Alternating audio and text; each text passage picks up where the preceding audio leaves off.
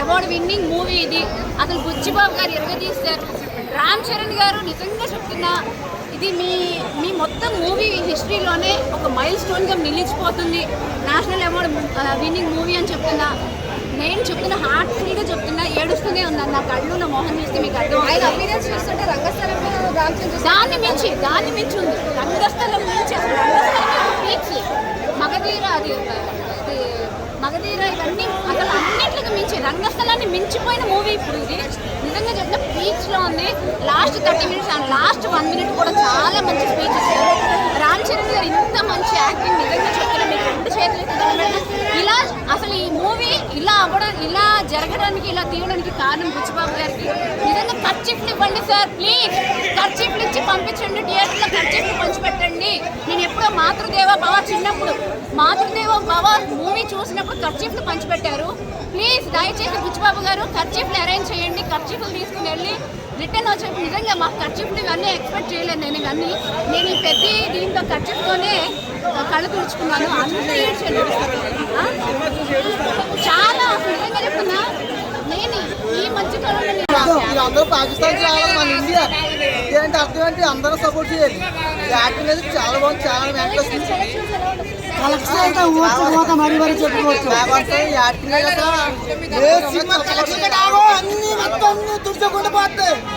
అందరూ గుర్తుపెట్టుకోండి,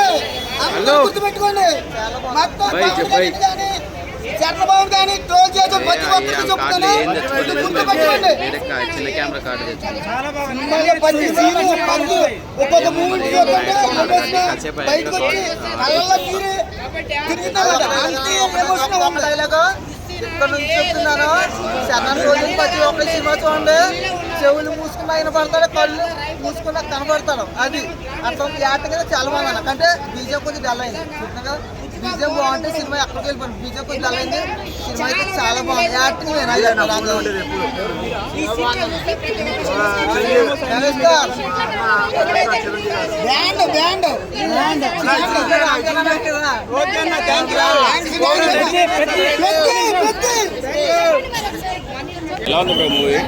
పెద్ద చూడటం జరిగిందండి. ఫస్ట్ థింగ్ చెప్పాలంటే రామ్ చరణ్ గారు బాగా చేశారండి యాక్టింగ్. జనరల్గా ముందు వచ్చింది కదా, ఇప్పుడు ఏంటంటే అన్ని పల్లెటూరు బ్యాక్డ్రాప్లో వస్తున్నాయి. మీరు పుష్ప కానీ, ఆ ముందు రామ్ చరణ్ గారు తీసిన సినిమాలు కానీ, దాంట్లో ఈ విజయనగరం బ్యాక్డ్రాప్లో వచ్చింది. ఆ యాస కానీ భాష కానీ చాలా బాగుంది. మనం కంప్లీట్గా వరల్డ్లోకి వెళ్ళిపోతాం అనమాట. అండ్ ఇది స్పోర్ట్స్ సినిమా ఏం కాదండి, స్పోర్ట్స్ బ్యాక్డ్రాప్లో తీసిన సినిమా. అండ్ ఖచ్చితంగా అందరూ బాగా యాక్ట్ చేశారండి. మిర్జాపూర్ మున్నా కానీ, జాహ్నవి కపూర్ గారు కానీ, పర్టికులర్లీ రామ్ చరణ్ గారికి చాలా మంచి పేరు తెచ్చిపెట్టే రోల్ అవుతుంది. ఎందుకంటే హీరో కాబట్టి 100 మంది ఎగిరిపోవడాలు ఇవేమి ఉండవు అనమాట. ప్రాపర్గా హీరో కూడా బాధలు పడతాడు. హీరోకి ఛాలెంజెస్. స్పోర్ట్స్ అంటే కొంత ఎమోషన్ ఉండాలి కదా, జెర్సీలో ఉంటుంది. కరెక్ట్, ఎమోషన్ క్యారీ అయిందా ఇక్కడ? ఎమోషన్ మీకు స్పోర్ట్స్ అనేది ఒక టూల్ మాత్రమే అనమాట. వేరే పెద్ద గోల్ ఉంటుంది, అది మీరు సినిమా చూస్తే తెలుస్తుంది. ఆ ఎమోషన్ చాలా బాగా క్యారీ అయింది. ఆ ఎమోషన్ క్యారీ చేయడానికి స్పోర్ట్స్ ఆ ఎమోషన్ అర్థం కాని వాళ్ళు నెగిటివ్ చెప్తున్నారంట. మొత్తం పుష్ప అని కలిపి మళ్ళా Rangasthalam vibes, Pushpa vibes, second vibes అనేవి లేవండి యాక్చువల్గా. ఎందుకంటే విజయనగరం బ్యాక్డ్రాప్లో జరిగింది కాబట్టి ఆ విజయనగరం వరల్డ్ బిల్డింగ్ అంతా బాగా చేశారు. పుష్ప వైబ్స్ అయితే లేవు. ఎందుకంటే అక్కడ ఓకే వాళ్ళొక ఐడెంటిటీ, వీళ్ళొక ఐడెంటిటీ కోసం పోరాడారు. క్లైమాక్స్ గురించి చెప్పండి. క్లైమాక్స్ చూస్తేనే తెలుస్తుంది, చెప్పేస్తే సస్పెన్స్ పోతుంది. ఒక ట్విస్ట్ ఉన్నది. బట్ క్లైమాక్స్లో ఒప్పైనా ఏదో ఒక డీకేషన్ అంటే ఎన్నోడు ఏదో డీకేషన్ అంటే అది చూస్తే కానీ ఇది వేరే పేరు అండి. అది చూస్తే స్టోరీ లీక్ అయింది అందుకని చెప్తున్నా. కానీ అది జస్టిఫై చేసేలా ఉంటుంది. 100% జస్టిఫై చేసేలా ఉంటుంది. ఓకే, ల్యాగ్ ఏందని ఉందా? ల్యాగ్ అనేమి ఉండదు. ఓకే, సెకండ్ హాఫ్లో ఏంటంటే ఫస్ట్ హాఫ్ చూసిన తర్వాత స్పోర్ట్స్ జరుగుతున్నప్పుడు ఏంటి ఎక్కువ స్పోర్ట్స్ మీద వెళ్తుంది, యాక్చువల్ గోల్ ఒకటి ఉంది కదా అదేంటి ఇంకా రావట్లేదు అని ఒక 10 minutes అనిపిస్తుంది.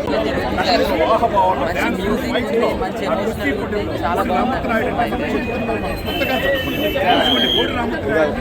బాబు యాక్టింగ్ కూడా చాలా బాగుంది. ఆయన వల్ల ఇంకా చాలా మంచిగా ఊరు కోసం చాలా పోరాడడం చాలా